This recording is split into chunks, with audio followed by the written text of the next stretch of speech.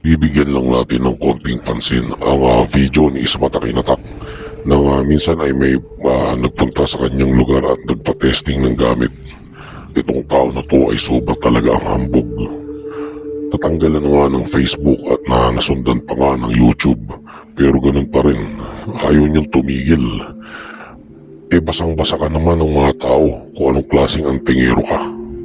Tignan natin kung anong klaseng modus naman ang gagawin ni Isma Takinatak sa mga taong nagpa-testing sa kanya. Ay, magandang hapon sa inyo. Mga kapatid, meron po tayo rito magpapatesting ng gamit. Ito si ate at si kuya. Patesting sila ng gamit. Saan nyo ako napanood dati? Sa YouTube. Bakit nyo dinala yung gamit nyo? Napadaan kasi kami, napanood ka namin sa YouTube. Ikaw si Isma Takinatak. Oo. Tapos, Tapos, pwede namin pa-testing yung nabili namin. nabili daw nila to mga kapatid, papatesting daw. Taga saan kayo? Taga Manila. Manila, papatesting daw nila tong gamit nila, nabili raw nila to. Yung sa'yo, eto saan galing to? Sa Manila din nabili namin. Sa Manila nabili. Papatesting nila yung gamit sa airgun. Titignan nila kung may visa, magbuwag. Sige, tara, salpak natin. Dito pa nga lang alam mo nang may mali raw sa video eh. Halatang scripted. Kung ako ang magpapatesting, bakit naman ako magpapatesting kay Isma Takinatak? Di sana kay Commander Bantugan na lang ako nagpatesting. Pag pumasa yung gamit ko, pwede niya pang limusan ng malaking halaga. Anong mapapala ko kung sa'yo ako magpapatesting? Alam naman namin kung anong klaseng antingero ka. Sige, gilid na kayo kasi papabaril natin. Ito mga kapatid, testingin natin sa airgun shotgun. Dito natin makikita kung mabisa talaga yung gamit na meron po sila. Kasi sabi ko nga po sa inyo, malalaman po natin pag mabisa yung gamit kapag sinubukan sa airgun. Ito, subukan natin to. Bao na may San Benito. Bao na may San Benito. May hangin yan. May bala na. At isa pa, ang hindi ko maintindihan kung bakit pilit mong sinasabi na ang airgun ay ang sumpa ng agimat. Samantalang isinearch ko yan sa Google. Wala namang lumabas na ang airgun ay ang sumpa ng agimat. Kalukuhan mo talaga ay Isma Takinatak. Mapaggawa ka ng kwento.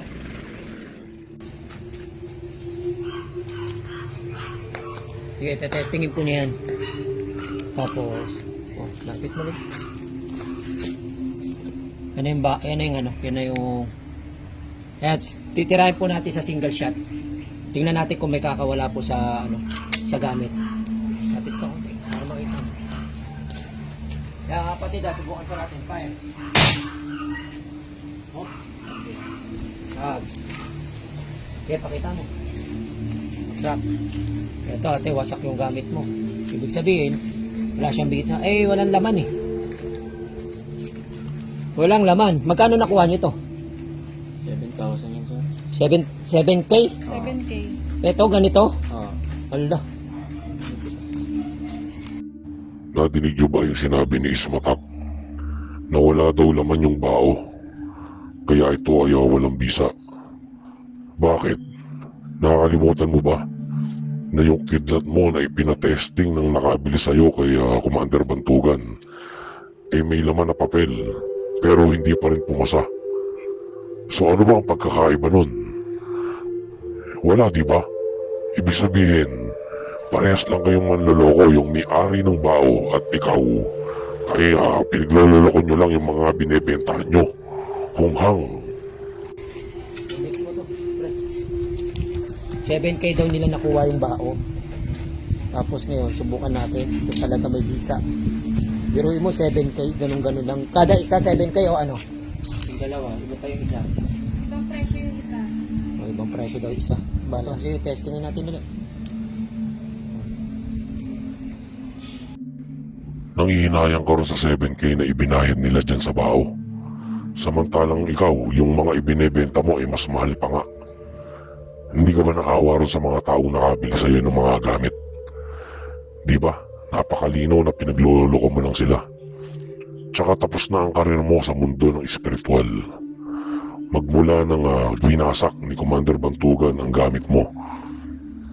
Pasalamat ka nga at nakipag-ayos pa siya sa'yo. Karma malala ang nangyari sa'yo.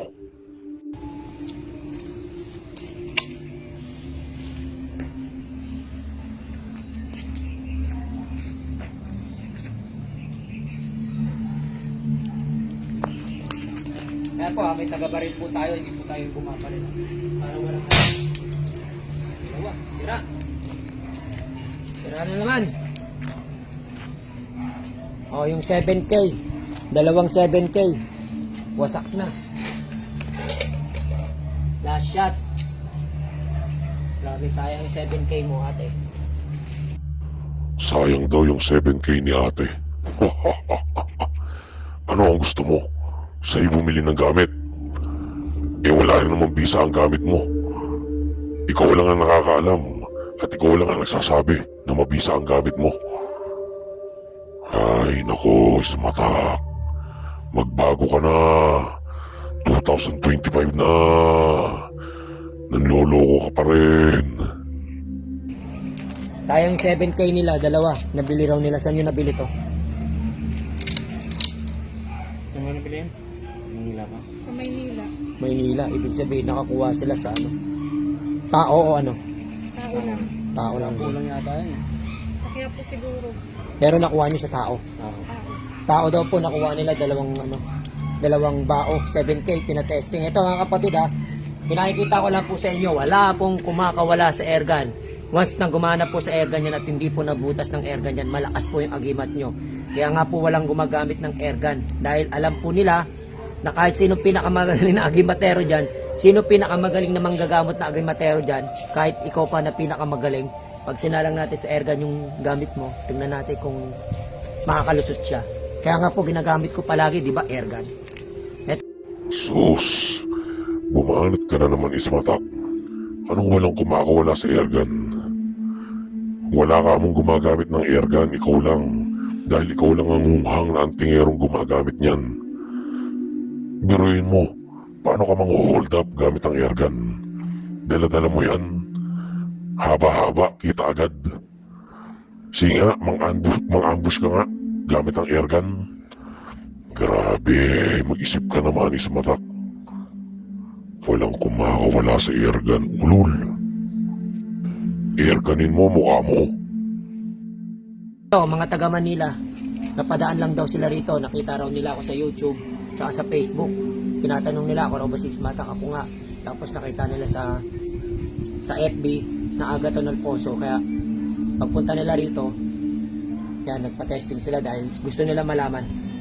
Ito, subukan natin ulit. Galing din daw sa kaibigan nila. Ano to? Galing sa kaibigan na kaibigan mo? Binigay. Binigay daw.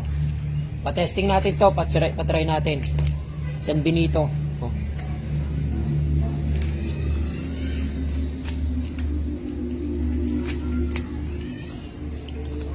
Kaya mga tropa, dalawang beses na tayo nakadalawang beses na pinabaril natin yung gamit. Ako kasi hindi ako bumabaril ng gamit kasi nga pwedeng sabihin na lagyan ko ng panudla. Kasi itong airgun na to, kontra na to. Kontra na po yung airgun na yan pagdating sa agimat.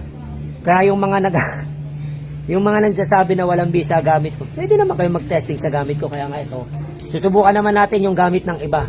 Ito nakuha nila sa tao raw. 7K ang dalawang bao. Tapos ito, binigay daw ng kaibigan niya sa kaibigan niya.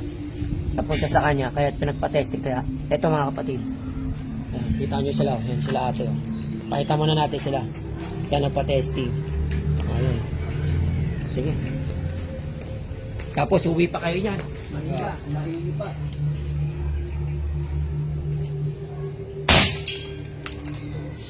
Sira pa rin. Gusto nyo man. Durog yung yung gamit. Saan yung pinaka-case niya? Ito. Maduro. Oh. Ito ate. O kuya. nakita nyo yung gamit nyo is wala talagang buhay. Pagdating sa antingan, wala siyang gamit antingan. Ibig sabihin, yung kaninang bao, wala rin palaman yung bao. Disgrasya kayo dun, patay kayo dun. Kaya ngayon, ito, pinakita po natin. Ito mga kapatid, galing po sila sa galing po sila sa Maynila. Kaya nag-ano sila, kaya nag-patesting. Ito, ewan ko bakit mga nakamas to, wala naman kaming virus dito. Mga nagmamas pa, wala naman kaming virus dito po. Mga nakamas pa kayo. Naiya kasi kami sa video. Nahiya daw sila sa video. Sige po mga kapatid, ito nakita nyo. Kaya nga po, yung iba po, Sabihin na nga natin Ismatak na yung tatlong pinatesting sa'yo ay hindi pumasa. Okay na yun. Pero wala ka nang pakialam kung gusto nilang magmas, di ba? Pero na lang kung talagang yan ay scripted na pinagmas mo para hindi sila makilala.